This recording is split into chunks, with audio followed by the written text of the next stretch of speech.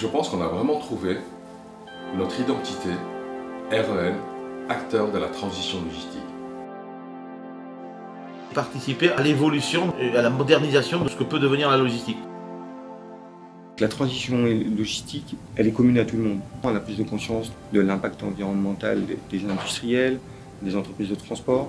Donc aujourd'hui, on s'aperçoit qu'au travers de cette pandémie, un système économique peut être du jour au lendemain hyper perturbé. Chacun de nous ressentons cette responsabilité de devoir répondre à l'environnement, aux enjeux sociétaux. Prendre en compte aujourd'hui les générations à venir. Ce monde qui change fait que les organisations vont évoluer, les flux évoluent également. En fait, on doit se transformer.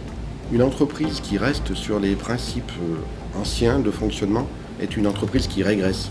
Et donc on doit construire et on doit moderniser la trajectoire qui permet de partir d'une situation A vers une situation B qui est meilleure que A. REL, c'est un acteur qui aide le marché à suivre en fait la mutation qui s'opère. Moi je pense forcément un peu à la transition écologique, mais pas que. En fait il y a aussi la transition sociale, sociétale de nos entreprises à l'heure actuelle.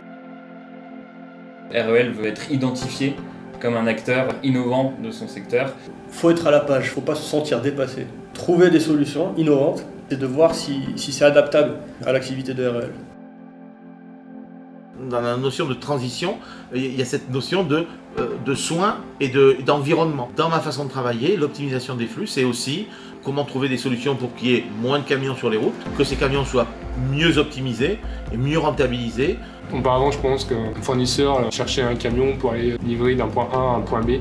Aujourd'hui, je pense que ça se concentre plus aussi sur le côté environnemental. On peut être plus cher sur une solution de transport. Par contre, si on lui propose une solution avec très peu d'émissions de CO2 ou une solution verte en barge, en rail-route, enfin tout ce qu'on veut, il la prendra en compte et il sélectionnera cette solution verte. Et même parfois, on est un peu moteur dans tout ça et puis on essaye de leur faire passer le cap et de les accompagner à passer ce cap qui est hyper intéressant pour ma part. On met de plus en plus de solutions à énergie verte avec des prestations GNL, des prestations en mode rail-route, barge-route qui sont à faible consommation de carburant. Il ne faut pas que cette notion de rentabilité freine aussi cet élan qu'il peut y avoir au niveau de l'écologie.